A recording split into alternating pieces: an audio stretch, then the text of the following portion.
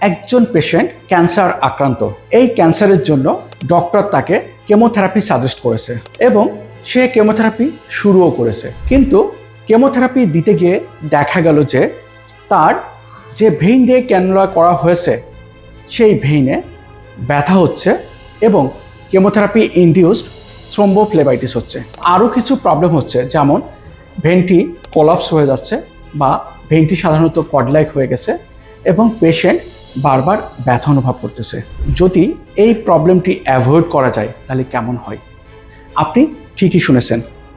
আমি আজ আপনাদেরকে জানাবো কেমোপোর্ট কী, কেন ব্যবহার করা হয়, এটির উপকার কী এবং এটার সম্ভাব্য কিছু জটিলতা।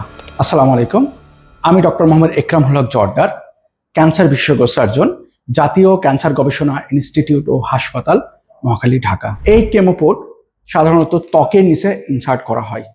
এটির সাধারণত দুটি পার্ট, একটি ক্যানুলা বা ক্যাথেটার বড় রক্তনালীতে থাকে, আর কেমোপোর্ট যেটি ওটি সাধারণত সাবকিউটেনিয়াস বা চামড়ার নিচে ইনসার্ট করা থাকে। কেমোথেরাপি একটি দীর্ঘমেয়াদী প্রসিডিওর, এটা আমরা সবাই জানি, কিন্তু এটি অনেক কষ্টদায়ক এবং এটির কারণে সাধারণত রক্তনালীগুলো নষ্ট হয়ে যেতে পারে, প্রদাহ হতে পারে। এই সমস্যার একমাত্র সমাধান হলো এই কেমোপোর্ট। কেমোপোর্টের অনেকগুলো উপকারিতা আছে। এই কেমোপোর্টের মাধ্যমে সহজেই বারবার ক্যানুলা করার ঝুঁকি অ্যাভয়েড করে রোগীকে কেমোথেরাপি দেওয়া যায়। একই সাথে রোগীর ওই কেমোপোর্ট দিয়ে পরীক্ষার জন্য স্যাম্পল কালেক্ট করা যায়, আবার চাইলে তাকে স্যালাইনও কিন্তু দেওয়া যায়। তাছাড়া এটি সাধারণত ব্যথাকে অ্যাভয়েড করে, সংক্রমণের ঝুঁকি খুবই কম এবং এটি রোগীর মানসিক স্বস্তি দান করে। তাছাড়াও এটি যেহেতু ত্বকের নিচে থাকে, বাইরে এটি কিন্তু ওইভাবে দেখাও যায় না।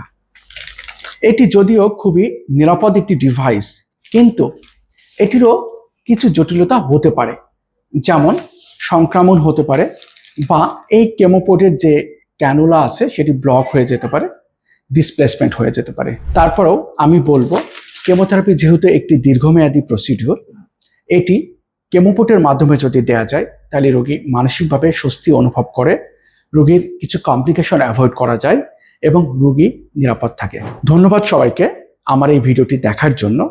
আপনাদের জন্য আমার ছোট্ট একটি রিকোয়েস্ট হলো, নতুন নতুন ক্যান্সার রিলেটেড রোগের আপডেট পেতে বা ক্যান্সার রিলেটেড রোগ থেকে কিভাবে আমরা নিরাপদ থাকবো বা কিভাবে আমরা ক্যান্সার মুক্ত থাকতে পারি, এই জাতীয় ইনফরমেশন জানতে আমার পেজে লাইক এবং ফলো দিয়ে কানেক্টেড থাকুন।